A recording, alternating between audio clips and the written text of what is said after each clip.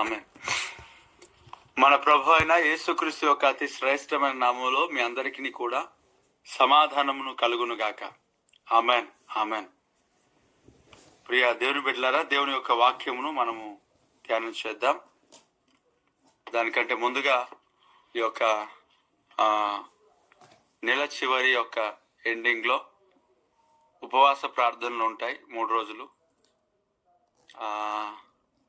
అలాగే జనవరి 1 morning service కూడా ఉంటుంది, సేమ్ 9 to 12. అదే సమయంలో 7 days నేను ప్రేయర్స్ పెట్టాలి కదా మనం నెక్స్ట్ ఇయర్ మనము. కనుక అది 1 to 7 లాస్ట్ ఇయర్ పెట్టామనుకుంటా. ఈ సంవత్సరం 1 to 7 పెట్టాలా లేక 2 to 8 పెట్టాలా అనేది ప్రార్థన చేస్తున్నాను, ఆలోచన చేస్తున్నాను. దాని కొరకు ప్రార్థించండి. అందరూ ఆ 7 days ప్రేయర్స్లో కంపల్సరీ పార్టిసిపేట్ చేయాలి, అనేక ప్రజలకు తెలియజేయాలి. ఎందుకనంటే నెక్స్ట్ ఇయర్ ప్రారంభంలో మనం ఉంటాం. ఆ సంవత్సరానికి కావాల్సి ప్రతి సిద్ధపాటు దేవుడు మనకు కలుగు చేయనట్టుగా, క్షేమమును కాపుదలను దేవుడు అనుగ్రహించినట్టుగా దేవుని సన్నిధిలో గడపాలి. కనుక మీరందరూ ప్రార్థన చేసి పార్టిసిపేట్ చేసి అనగా పాలు పంచుకొని ప్రార్థన చేయండి, పాలు పంచుకోండి. అలాగే ఎప్పుడు 7 వరకా లేక 8 2 to 8 అనేది ప్రార్థన చేయండి. ఎందుకంటే 3 days ఫాస్టింగ్ ప్రేయర్తో ముగించి 1st ముగించి ఉంటున్నప్పుడు మరలా నూతనంగా స్టార్ట్ కావాలిగా 7 days అని. కాబట్టి 2 to 8 పెట్టాలేమో అని ఆలోచన చేస్తున్నాం. కాబట్టి ప్రార్థించండి. ఆమెన్. దేవుని వాక్యాన్ని మనం ధ్యానం చేద్దాం. ప్రియులారా, కృపావాక్యం ఇతరులకు పంచండి, సువార్త ప్రకటించండి, ఇతరులకు తెలియచేయండి, సంఘానికి నడిపించండి. గొప్ప కార్యాలు వారి పట్ల దేవుడు జరిగిస్తాడు. Praise the Lord. కీర్తనల గ్రంథము 18వ కీర్తన 29వ చరణాన్ని నేను చదువుతున్నాను. నీ సహాయము వలన నేను సైన్యమును జయింతును, నా దేవుని సహాయము వలన ప్రాకారమును దాటుతును. దేవుడికి స్తోత్రం. ప్రియులారా, ఇక్కడ భక్తుడు ఈ యొక్క మాటను మనము చదువుతున్నాం. ఈ మాట ఈ దేవునికి తెలియజేస్తా, దేవుని సన్నిధిలో ప్రార్థనలో దేవునికి తెలియజేస్తా ఉన్నాడు. ఏమని? నీ సహాయము వలన, దేవుని యొక్క సహాయం ఉంటే ఏమంట? నేను సైన్యమును జయిస్తా. దేవుడికి స్తోత్రం. ఏం జయిస్తాడంట? సైన్యం. పిల్లరా, దేవుని సహాయం అనేది చాలా గొప్పది. మనుషుల సహాయం వ్యర్థమురా, రాజుల నమ్ముట వ్యర్థమురా, యెహోవాను ఆశ్రయించుట ఎంతో మేలు. ఆమెన్. చూడండి, ఎవరిని నమ్మాలా అని అంటే మనుషుల సహాయం మనకు ఖచ్చితంగా వ్యర్థం. మనం అనుకుంటాం, ఇప్పుడు ఈ మాట చెప్పగానే నాకు ఆ రోజు వచ్చింది, సహాయం చేసింది మనుషుడే, ఈరోజు మనుషుడే, పలానా రోజు మనుషుడే చేశాడు. నా జాబ్ కొరకు మా సార్ ఎంతో ప్రయాసపడ్డాడు, నా జాబ్ కొరకు ఎమ్మెల్యే గారు, ఎంపీ గారు ఎంతో ప్రయాసపడ్డాడు. వినండి జాగ్రత్తగా. దేవుని యొక్క కృప, దేవుని యొక్క కనికరం, దేవుడు మనకు ఆశీర్వాదమును మనకి ఇవ్వకపోతే ఏ లీడర్ ల్యాడర్గా మారుడు. దేవునికి స్తోత్రం. వాళ్ళు ఖచ్చితంగా వాళ్ళు ఎక్కి నిచ్చెన పైనకి లాగేసుకునే రకం చాలా మంది ఉంటారు. దేవుడు మనకు ఈ జీవితంలో ఏదైతే మనం దీవించబడి ఉన్నామో మనుషుల ద్వారా దేవుడు చేస్తాడు. ఆయన కాకుల ద్వారానే చేయగలేవాడు, ఆయన గాడిదల ద్వారా దేవుడు గొప్ప కార్యం జరిగించేవాడు. కాబట్టి మనుషులను దేవుడు వాడుకుంటాడు. ఈ భూమి పైన సహాయం చేయడానికి దేవుడు మనుషులనే ఎన్నుకుంటాడు. అయితే దేవుని సహాయం ఎలా ఉంటుంది అని అంటే మనిషి ద్వారానే ఉంటుంది. ఇప్పుడు మరియమ్మ గారు ఈ లోకంలో పరిశుద్ధురాలుగా, ధన్యురాలుగా దేవుని యొక్క పనిలో, పరిచర్యలో జీవించారు. మరియమ్మ గారిని దేవుడు పరలోక రాజ్యంలో ఎన్నుకున్నాడు. ఆమె నీతిమంతురాలని, ఆమె గొప్పగా దేవుని కొరకు ఎదురు చూస్తున్నదని దేవుని సన్నిధిలో ఆమె యొక్క జీవితాన్ని, హృదయాన్ని చూశాడు కనుక మరియాని దేవుడు ఎన్నుకున్నాడు. దేవుడు తన జీవితాన్ని ఏర్పరచుకొని ఉన్నాడు. దేవుడు ఏర్పరచుకొని దేవుడే ఆమె ద్వారా ఈ లోకానికి వచ్చి ఆ ప్రభువైన యేసుక్రీస్తుగా, రక్షకుడుగా లోకానికి తనను తాను మరియా గారి యొక్క ద్వారా ఈ లోకానికి వచ్చి పరిచయం చేసుకున్నాడు. దేవునికి స్తోత్రం. అనేకులను పరిచయం చేయడానికి మనకు అవుతుంది, కానీ దేవుని పరిచయం చేయడానికంటే మన వల్ల కాదు కనుక దేవుడే తన కొరకు పరిచయం చేసుకుని ఉన్నాడు. ఇప్పుడు యేసుక్రీస్తు ప్రభు సువార్త ప్రకటించిన తర్వాత యేసుక్రీస్తు ద్వారా గొప్ప కార్యాలు జరుగుతున్నప్పుడు యేసుక్రీస్తును మనం నమ్మి విశ్వసించి ముందుకు సాగాలి. కానీ యేసుక్రీస్తును ఆరాధిస్తూ యేసుక్రీస్తు ప్రభు రావడానికి ఈ లోకానికి కారణం మరియమ్మ గారు కనుక ఆమెను కూడా మేము పూజిస్తాము అని అనేక మంది అటు కూడా వెళ్ళి ముందుకు సాగే వాళ్ళు చాలా మంది ఉన్నారు. దేవుడు ఒక సేవకురాలని ఎలాగైతే వాడుకుంటారో అంతటికంటే ఘనముగా ఈ లోకానికి యేసుక్రీస్తు ప్రభును పరిచయం చేసిన ధన్యురాలుగా మరియమ్మ గారు ఉన్నారు. దేవునికి స్తోత్రం. యేసుక్రీస్తు ప్రభువును మనం ఆరాధించాలి, కానీ ఇప్పుడు వీరి ద్వారా మనకు మేలు జరిగిందని చెప్పి మనం మనుషుల వైపు ఎప్పుడు కూడా పరిగెత్తొద్దు. ఇప్పుడు ఎలాగుంటుంది పరిస్థితి అని అంటే, యేసు ప్రభువును విడిచిపెట్టి మనకు మనిషి ద్వారా అందింది కదా సహాయం, అనగా మరియమ్మ గారి ద్వారా రక్షణ అందింది కాబట్టి యేసు ప్రభువును ఓకే, అలాగే ఈమె ద్వారా మనకు రక్షణ వచ్చింది అనే ఆలోచనతో ఈమెను పూజించడం కూడా చాలా మంది చేస్తూ ఉంటున్నారు. అలాగున దేవుడు ఈ లోకానికి పరిచయం చేసుకోవాలనుకుంటే ఒక మనిషిని ఏర్పరచుకున్నాడు. ఎందుకంటే మనుషుల మధ్యలో రావాలనుకున్నాడు కదా. మనిషిని ఏర్పరచుకొని మనిషి ద్వారానే దేవుడు మనకు సహాయం పంపించాడు. కనుక మన జీవితాల్లో ఏదైనా దేవుడు అద్భుతం చేయాలనుకుంటున్నప్పుడు 99% దేవుడు మనుషులను వాడుకుంటాడు. మనం ఉన్న పరిస్థితిలో ఆకలితో ఉన్నప్పుడు మనిషిని పంపిస్తాడు. అయితే దేవునికి మహింపరచాలా, దేవుని కృతజ్ఞతాస్తులు చెల్లించాలా, దేవునికి మహిమకరంగా ఉండాలా, ఆ సమయంలో దేవుడే ఆ మనిషి యొక్క హృదయాన్ని ప్రేరేపించి నడిపించడని దేవునికి నమ్మకంగా ఉండాలి. అదే సమయంలో దేవుడు ఆ మనిషిని ప్రేరేపిస్తున్నప్పుడు ఆ మనిషి లోబడి మన దగ్గరికి వచ్చాడు కనుక ఆ మనిషికి కూడా మనము కృతజ్ఞతగా మనం ఉండాలి, విరవిగొద్దు.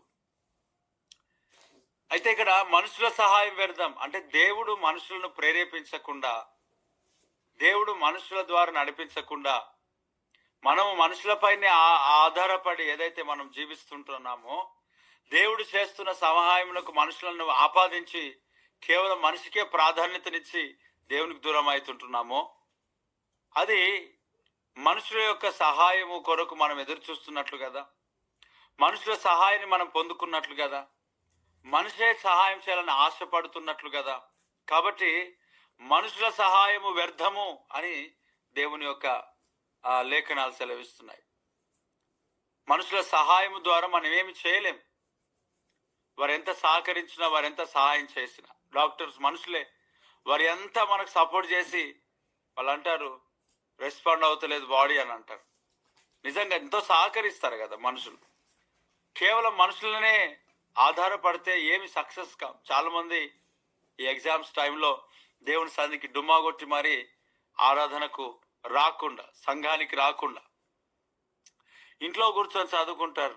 నేను అనుకుంటా అప్పుడప్పుడు ఇంతగా చదువుతుంటే కనీసం ఐఏఎస్ దాటిపోవాలా, వాళ్ళ సాక్ష్యాలు ఖచ్చితంగా ఈ మాట ఉండాలి. నేను సండేస్లలో నేను చర్చికి వెళ్లకుండా నేను ఇంట్లో కూర్చొని ప్రార్థన చేశాను కనుక క్షమించండి, ఇంట్లో కూర్చొని చదివాను కనుక నేను రిజల్ట్ పొందానని సాక్ష్యాలు నేను వినాలనుకుంటున్నా.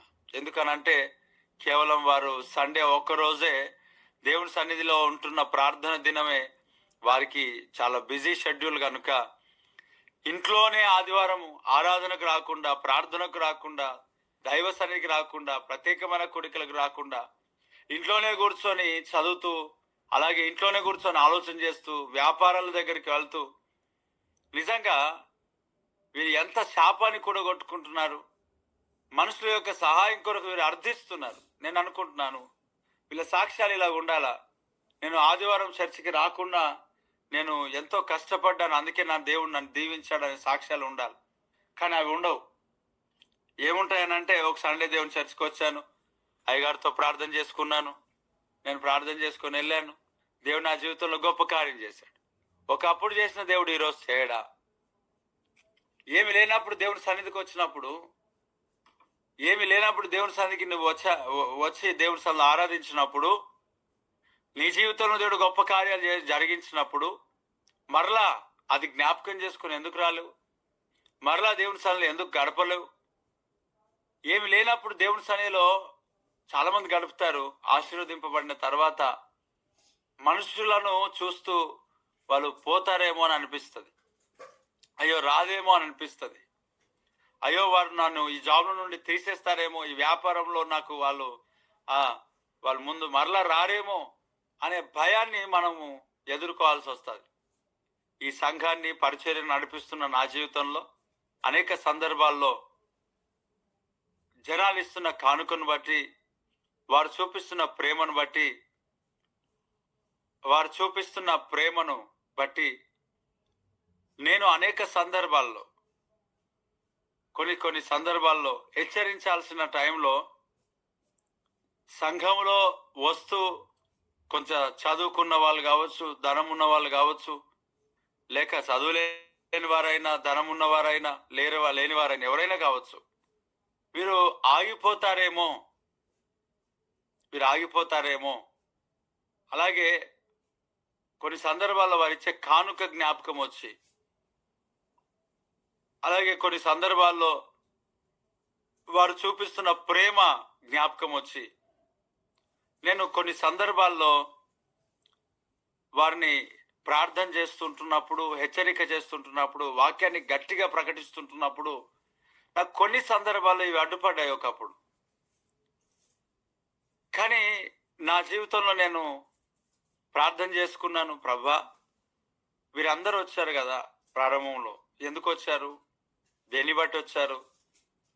నేను ఈరోజు ఉన్నట్టుగానే, ఇప్పుడు వచ్చినప్పుడు ఆలోచన ఉన్నట్టుగానే ఆ రోజు నా జీవితంలో ఉంటే వీళ్ళు నీ సన్నిధికి రాకపోయేది కదా. కఠినమైన వాక్యాన్ని ప్రకటించబడుతున్నప్పుడే కదా వీరు వచ్చారు. మరి ఇప్పుడు ఆ వాక్యాన్ని నేను ఎందుకు ఆపాలనుకుంటున్నాను? అలా నేను ఎందుకు ప్రకటించకూడదు అనుకుంటున్నాను? ఎందుకు హెచ్చరిక చేయకూడదు అనుకుంటున్నాను? అంటే నా యొక్క మనసు డబ్బు పైనకి వెళ్ళిందా, మనుషుల పైనకి వెళ్ళిందా? మనుషులు వెళ్ళిపోతారేమో అనే కదా. దేవుడు ఆశీర్వదించిన తర్వాత మన కనుదృష్టి ఆశీర్వాదాల వైపు వెళ్తుంది. ఎంతో మందిని దేవుడు ఈ యొక్క బేతెల్ అపోస్తలిక్ మిషన్ జైలబ సంఘం ద్వారా, పరిచర్య ద్వారా ఆశీర్వదిస్తే, దేవుడు దీవిస్తే, ప్రార్థన ద్వారా దేవుడు గొప్ప కార్యాలు జరిగిస్తే దీవించబడ్డారు, ఆశీర్వదించబడ్డారు. ఆశీర్వాదాన్ని చూసుకుంటూ మురిసి దేవుణ్ణి ఆరాధించలేకపోతున్నారు. నిజంగా ప్రియులారా, దేవుడు ఒక సత్యాన్ని నాకు తెలియజేశాడు. ప్రార్థన చేస్తుంటున్నాను, అలాగే ఒక సహోదరుడు వచ్చి అన్నాడు, అన్నా మీ ప్రవచనం దేవుడు గొప్ప ఆశీర్వాదాలను నడిపించాడు. దేవునికి స్తోత్రం, మంచి మాట చెప్పావు. ప్రవచనం కొన్ని సందర్భాల్లో ఖచ్చితంగా నడిపిస్తాడు. కానీ నీ జీవితంలో ప్రవచనం ద్వారా నీకు దీవెన రాలేదు, ప్రవచనం ద్వారా ఆశీర్వాదం రాలేదు, ప్రవచనం ద్వారా నీ దరిద్రత తొలగలేదు. ఒక దైవ సేవకుడు ఉపవాసాలతో, జాగారములతో, కన్నీళ్లతో నలగొట్టబడి, ఇబ్బంది పడి, నీ ఆశీర్వాదం కొరకు 2 చేతులు పైనకెత్తి ప్రభుత్వంలో ప్రార్థన చేశాడు. ఆ ప్రార్థనను బట్టి నీ దరిద్రత దేవుడు కొట్టివేశాడు, క్షేమంనిచ్చాడు. ఈరోజు నువ్వు ఆశీర్వదింపబడ్డావు. అది ప్రాఫెసీ వలన వచ్చిన ఆశీర్వాదం కాదు, దైవజనుడు అడ్డుపడిన దాన్ని బట్టి వచ్చిన ఆశీర్వాదం అని తెలియజేశాను. ఆయన గురించి ప్రయాసపడిన దైవజనుడు ఎవరో కాదు, నేనే. దేవునికి స్తోత్రం. దేవుడు ఈ సత్యాన్ని తెలియజేశాడు. అనేక మంది జీవితాలు ఆశీర్వదింపబడుట కొరకు దైవ సేవకుడు ఖచ్చితంగా ఏం చెల్లించాలంట? క్రయంను చెల్లించాలి. అది తప్పదు. దేవుడు అది చెప్పాడు. అనేకుల ఆశీర్వాదం కొరకు అపోస్తలుడైన పౌలంట నేను ప్రాణార్పణంగా పోయబడ్డాను అంటాడు. కాబట్టి దేవుని యొక్క సన్నిధానంలో ప్రియులారా మన జీవితాలు ఆశీర్వదింపబడతాయి, దీవించబడతాయి. అయితే ఆ దీవెనను చూసుకుంటూ చాలా మంది అక్కడే ఆగిపోయేవారు చాలా మంది ఉన్నారు. గర్భఫలం లేనివారు గర్భఫలం చూసుకొని ఆగిపోయే వాళ్ళు ఉన్నారు. కుమారుల యొక్క ఆశీర్వాదాన్ని చూసుకొని ఆగిపోయే వాళ్ళు ఉన్నారు. కొంతమంది సంఘానికి వచ్చి కుమారులు కుటుంబాలు మారాలని ప్రార్థన చేసిమన్నప్పుడు భారంతో వారి కొరకు నేను ప్రార్థన చేస్తే వాళ్ళు మారగానే వీరు సంఘానికి రావటం మానేయటం అనేది ప్రారంభించారు. తీసుకున్న తీర్మానాలను వదిలిపెట్టారు. అవన్నీ దేవుడు నాకు తెలియజేస్తాడు. ఎప్పుడు తెలియజేస్తాడో తెలుసా? ఇవన్నీ వారు సమస్యతో బాధపడుతూ మరలా ప్రేయర్ రిక్వెస్ట్ చెప్తా ఉంటారు కదా, అప్పుడు ఆ ప్రార్థన రిక్వెస్ట్ తీసుకెళ్లి దేవుడి సన్నిధికి వెళ్ళి పెడితే ప్రార్థన చేస్తూ ఉంటే అప్పుడు ప్రభు అంటాడు, వారి తీర్మానాన్ని వదిలేరు, వారి ప్రార్థన జీవితాన్ని వదిలిపెట్టారు, వారి వాక్య ధ్యాన జీవితాన్ని వదిలిపెట్టారు. అందుకే వారికి ఇవన్నీ ఇంకా చాలా ఉన్నాయి, ఒకటి రెండు అని కాదు, చాలా ఉన్నాయి. ప్రియులారా, ఆశీర్వాదంను చూసి నాకు నేనుగా సొంతగా నిజంగా చెప్తున్నాను, కానుకలు ఇచ్చేవారిని అలాగే కానుకలు ఇచ్చేవారిని కాదు కానీ కానుకను చూసి జనాలు వెళ్ళిపోతారేమో అని భయాన్ని బట్టి కొన్ని సందర్భాల్లో అలాంటి ఆలోచనలు వచ్చి మరలా సరి చేసుకొని నా జీవితంలో ఎప్పుడు ఒకటి పెట్టుకున్నాను. ఈ ఆశీర్వాదం, ఈ దీవెన, ఈ యొక్క బలం ఇంతమంది జనాలు సమకూర్చబడ్డానికి గల కారణం మొదట ఏదైతే ఉన్నానో, ఏదైతే నడిపించబడ్డానో, ఏదైతే వాక్యాన్ని చెప్పానో అంత కఠినంగా దేవుని సన్నిధిలో మనం ఉన్నప్పుడు ఎలాగైతే దేవుడు దీవించాడో అలాగనే ఇక ముందుకును కూడా దీవిస్తాడు. వెళ్ళిపోయేవారు వెళ్ళిపోతారు, వచ్చేవారు వస్తారు, స్థిరపడేవారు స్థిరపడతారు, ప్రభు రాకడ కొరకై సిద్ధపడేవారు సిద్ధపడతారు. కానీ నా జీవితంలో నేను ఏమనుకున్నానంటే ఆశీర్వాదంను చూసి దీవెను చూసి వీళ్ళు పోతారేమో, అయ్యో వీరు ఆగిపోతారేమో అని నా సమర్పణ నుండి ప్రక్కకు జరగకూడదని నేను చాలా నిశ్చయతతో నేను ముందుకు సాగుతున్నాను. దాన్ని బట్టి దేవునికి స్తోత్రం. నేను దినాన్ని ఒక ప్రాంతానికి వెళ్ళాను. నేను శాల్వా దండలు అసలు ఏం కూడా కప్పుకోను, కానీ పూర్తిగా అక్కడ ఉన్నవారు అంతా అన్యజనులు. వారికి ఏం చెప్పలేను, నాకు ఆ పరిస్థితి అర్థం కాలేదు. కానీ నాకు తెలుసు వారు ఆ పని చేస్తారని, కానీ ముందే చెప్పుకోవాలా. అది అనేకులను రక్షణలో నడిపించడానికి ఆటంకంగా ఉండకూడదు. నేను చెప్తాను చాలాసార్లు, సంఘంలో దేవుడు నాకు ఇచ్చిన సంఘంలో ఇలాంటివి ఉండకూడదు. కానీ బయటికి వెళ్ళినప్పుడు వారికి ఈ ఉపదేశం వారికి తెలియదు, ఈ వాక్యం వారికి తెలియదు, ఆ స్టేజ్ మీద వారికి చెప్పలేం, వారికి తెలియదు. పాపం కాదు కనుక ఇవి దేవుడు మనకు చెప్పాడు, వీటిని మనం హైలైట్ చేయకూడదని. కాబట్టి బయటికి వెళ్ళినప్పుడు ఇలాంటివి జరుగుతూ ఉంటాయి. నిన్నటి దినంలో వారు చేశారు అలా అనేక సార్లు, బయటికి వెళ్ళినప్పుడు చేశారు. ఈ ఫొటోస్ ఎప్పుడు కూడా నేను బయటికి తీసుకురావడానికి ఇష్టపడను. ఎందుకొరకనంటే దేవుని సన్నిధిలో నాకు అది నచ్చదు, నాకు ఇష్టం లేదు. దేవుడే గణపరచబడాలా, దేవుడే పడాలా. ఈరోజు దేవుడు నా ద్వారా గొప్ప కార్యాలు అనేకులకు జరిగించాడని, దేవుడు ఆశీర్వాదమును అనేకులకు దేవుడు కలుగజేశాడని, ఆశీర్వాదమును చూసి దేవుని మందిరానికి రారు చాలా మంది. అలాగే నా ద్వారా దేవుడు ఆశీర్వదించాడని కొంతమంది నన్నే పట్టించుకునే వాళ్ళు ఉన్నారు. కానీ ఆదివారం ఆరాధన వదిలేస్తున్నారు, ప్రార్థనను వదిలేస్తున్నారు, వాక్యదానం వదిలేస్తున్నారు. అనేక ప్రజలకు నేను కదిలించి, అయ్యా సంఘానికి రాలేరని అంటే, బాగున్నారా అని అంటే, మీరు ఉన్నారు కదా సార్ మాకేం భయం అని అంటారు. ప్రభువు వారికి భయపెట్టాలంటే నన్ను తీసుకోవాలి పరలోకం అని అనిపించింది. మరి అంత దారుణమైన మాటలు మాట్లాడొద్దు కదా ఎప్పుడైనా.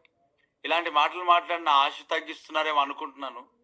అది కూడా నాకు ఆశీర్వాదమే అని కూడా నేను ఆశపడతాను. దేవునికి స్తోత్రం. ఆయన భూమిపైన ఏం చేసేది ఉన్నది. అపోస్తలైన పౌలుకున్న సమర్పణ అయితే పెద్దగా నాకు లేదులే. ఎందుకంటే ఆయన అంటాడు, నేను దేవుని దగ్గరికి వెడలిపోవాలని ఆశపడుతున్నాను, కానీ నా శరీరంలో నేను ఎందుకు ఉండాలనుకుంటున్నానంటే మీ అందరి కొరకు శరీరమే అవసరం కనుక సువార్త ప్రకటించడానికి నేను ఉండాలనుకున్నాను అన్నాడు అపోస్తలుడైన పౌలు. కానీ అంత సమర్పణ నాకు లేదు. ఎప్పుడు ఈ లోకాన్ని విడిచెట్టి ప్రభుత్వం ఉండాలని ఆశతో ఖచ్చితంగా జీవిస్తూ ఉన్నాం. ఎందుకంటే లోకం అశాశ్వతమైనది, శాశ్వతమైనది కాదు. చాలా భయంకరమైన దినాల్లో మనం ఉన్నాం. మనుషులు స్వార్థప్రియులు, బింకములాడువారు, చాలా ఇబ్బందికరమైన పరిస్థితి. ఒక్కొక్క అడుగు ఒక్కొక్కటి వయసు పెరుగుతున్న కొలది, అనుభవం పెరుగుతున్న కొలది, ఈ లోకంలో మనం సాగుతున్న కొలది బర్డెన్ ఎక్కువ అవుతుంది తప్ప తగ్గిపోదు. కానీ దేవుని యొక్క మహాకృప, నీ భారం యెహోవా మీద మోపము, ఆయనని ఆదుకొనని సెలవిచ్చిన దాన్ని బట్టి దేవుని పైన మోపి ప్రశాంతతతో సమాధానంతో ముందుకు సాగుతున్నాను. పిల్లారా, మనం వెళ్తున్న ఈ యొక్క పరిచర్యలో అనేక ఓర్వలేని యొక్క కన్నులు అనేటివి పడి వెనుకకు లాగడానికి ఎన్నో రకాలుగా ప్రయత్నం చేస్తూ మనల్ని బ్లేమ్ చేస్తూ ఇష్టానుసారంగా మాట్లాడుతూ ఇష్టానుసారంగా వారు ప్రస్తావిస్తూ వారి యొక్క యాటిట్యూడ్, వారి యొక్క మాటలు, వారి నడవడిక అన్ని తెలిసినప్పటికీ వాటన్నింటినీ చంపుకొని హృదయాంతరం నుంచి ప్రేమను బయటికి తీసుకురావాలని అంటే అది సాధ్యమైన పని కాదు. కానీ మనుషులకు సాధ్యం కానిది యేసుక్రీస్తు ప్రభుకు సమస్తము సాధ్యమే. దేవునికి స్తోత్రం.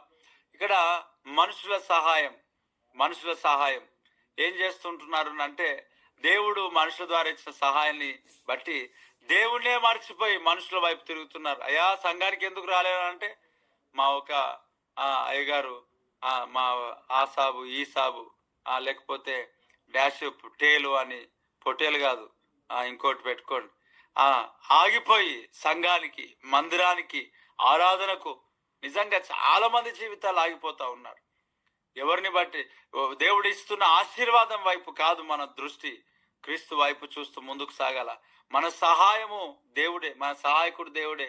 అందుకే భక్తుడు చెప్తా ఉన్నాడు, నీ సహాయం వలన నేను సైన్యమును జయిస్తా. దేవునికి మహిమ కలుగును గాక. ఏ సైన్యం? అపవిత్రాత్మల సైన్యం, అంధకార సైన్యం, లోకనాథుల సైన్యం, ఆకాశ మండలమందున దురాత్మల సైన్యం. దేవుడికి మహిమ కలుగును గాక.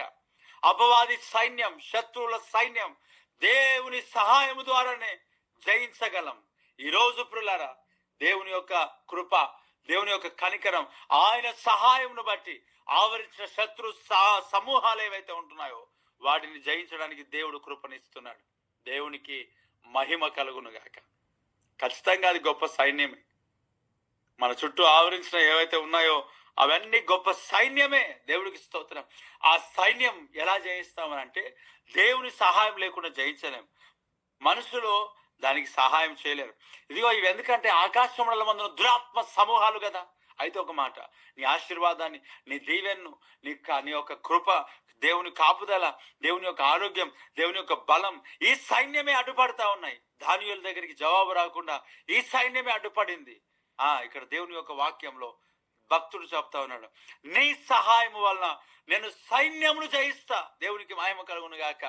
ప్రియులారా, సైన్యాన్ని జయిస్తాం మనం. దేవుని సహాయం ద్వారా సైన్యాన్ని జయిస్తాం. ఈరోజు గుర్తుపెట్టుకో, నువ్వు ఎటు వెళ్తున్నా, ఎటు ప్రయాణం చేసినా, నీ సహాయము వలన నేను ఈ సైన్యాన్ని జయిస్తా.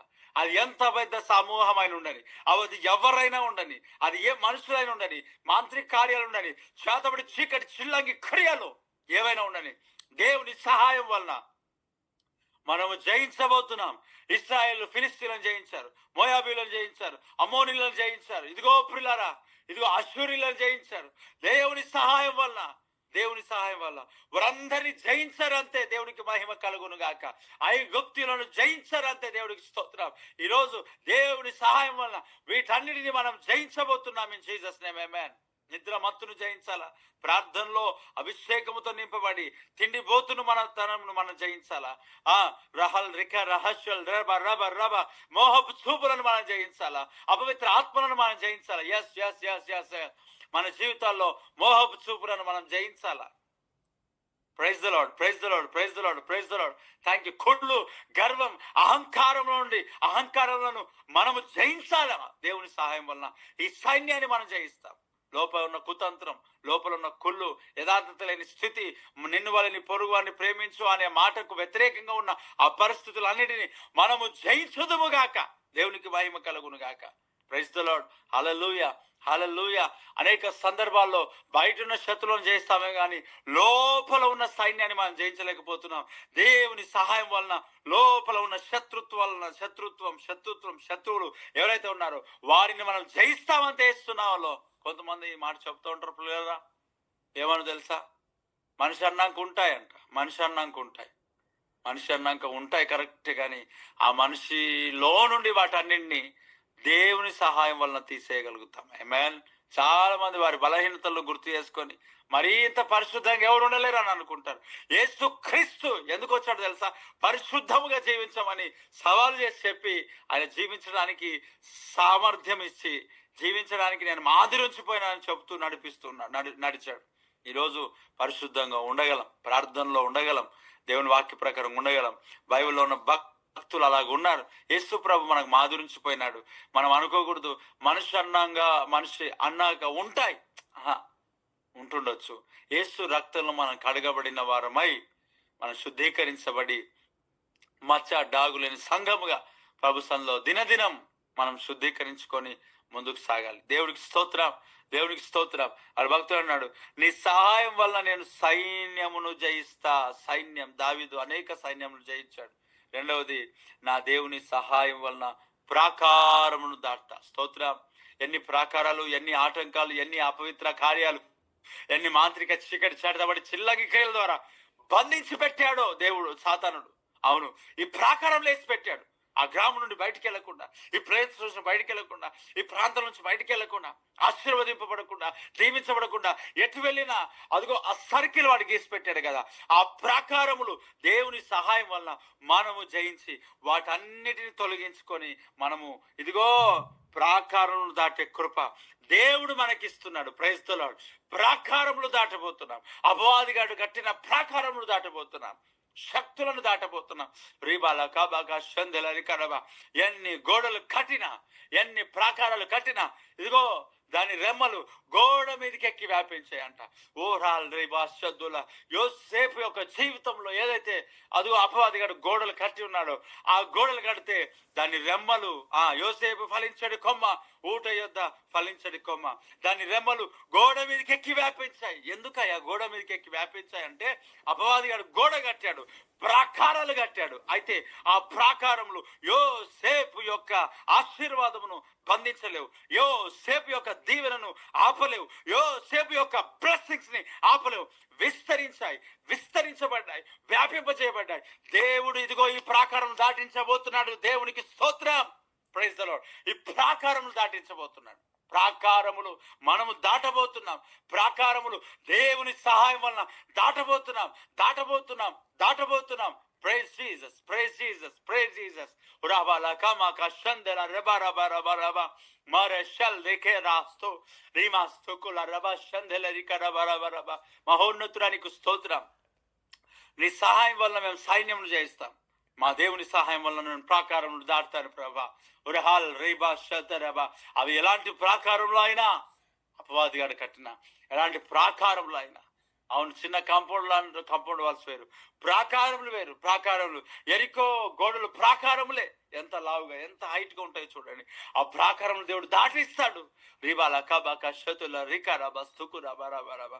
ఆ ప్రాకారం ఏ సాతానుగాడు వాడు కంచె వేసుకొని వాడు ఒక ప్రాకారం కట్టుకొని కూర్చుంటాడు. వాని ప్రాకారంలో చాలా గొప్పవి కదా. ఆకాశమండల ముందున దురాత్మ సమూహాల ద్వారా వాడు కడతాడు కదా. కాబట్టి ఆ ప్రాకారములు ఏవైతే ఉంటున్నాయో వాటిని జయించే కృప దేవుడు మనకి ఇస్తున్నాడు. దాటే కృప దేవుడు మనకి ఇస్తున్నాడు. మహోన్నతుల ఈ వాక్యం ప్రతి బిడ్డ జీవితంలో ఫలభరితంగా మార్చు, ఆశీర్వదకరంగా నిలబెట్టు, అభిషేకంతో నింపు. మమ్మల్ని ప్రాకారం దాటించబోతున్నావు నీకు వందనాలు. ఈ సర్కిల్ని దాటించబోతున్నావు నీకు వందనాలు. ఈ అర్హల్ రిబూరక తెలిక వాస్తుకు రబాల రికడ దెల్లెక్క రబాడ దులక రబా. ఎవడైతే ఆ ప్రాకారంలో వేసి ఈ దాంట్లోనే బంధించబడి అనారోగ్యంతో సమస్యలతో మూలుగాని వాడు అపదేవుడు చెప్తా ఉన్నాడు. అవి దాటే కృప నీ సహాయం వలన మాకు ఇచ్చినందుకై నీకు స్తోత్రం. బలమైన దేవాన్ని ఇచ్చినోకి తండ్రి, వాక్యం ప్రతి బిడ్డ జీవితంలో ఫలభరితంగా మార్చు. ఈ దినమంతా తోడుగా ఉండు. ప్రతి ప్రమాదాలు తొలగించు. యాక్సిడెంట్స్, అపాయం, ఇరుకులు, ప్రమాదాలు, మరణం, అకాల మరణాలు కొట్టివేయి. పోలీస్ స్టేషన్స్, కోర్టు కేసెస్, పంచాయతీలు అన్ని కొట్టివేయి. క్షేమం, దీర్ఘాయుషు, కాపుదల దయచేయి. డెంగ్యూ, మలేరియా, టైఫాయిడ్ జ్వరాలు తొలగించు. బీపీ, షుగర్లు అన్ని నార్మల్లో ఉంచు. తండ్రి, ఈ దినం మాకు క్షేమము దయచేయి. సీనబడి చుట్టూ కంచెవి, పాము నుండి తేల నుండి తప్పించు. ఈ బేఎం జైరబ సంఘానికి, అలాగే ఈ యొక్క కుటుంబానికి, అలాగే గూగుల్మీట్లో జాయిన్ అయిన ప్రతి ఒక్కరికి, వారి కుటుంబాలకు క్షేమము కలుగును గాక. ప్రయాణంలో తోడుగా ఉండి మహిమ పొందుకున్న ఆయన ఆశీర్వాదం దయచేయి. రాకడికై సిద్ధపరచు. ఈ రోజు నీ సహాయము కొరకు ధ్యానిస్తూ వీరు ముందుకు సాగాలి. మేమందరం నీ సహాయం వలన మేము సైన్యం జయిస్తాం. మా దేవుని సహాయం వలన ప్రాకారములు దాటుతాం. తండ్రి,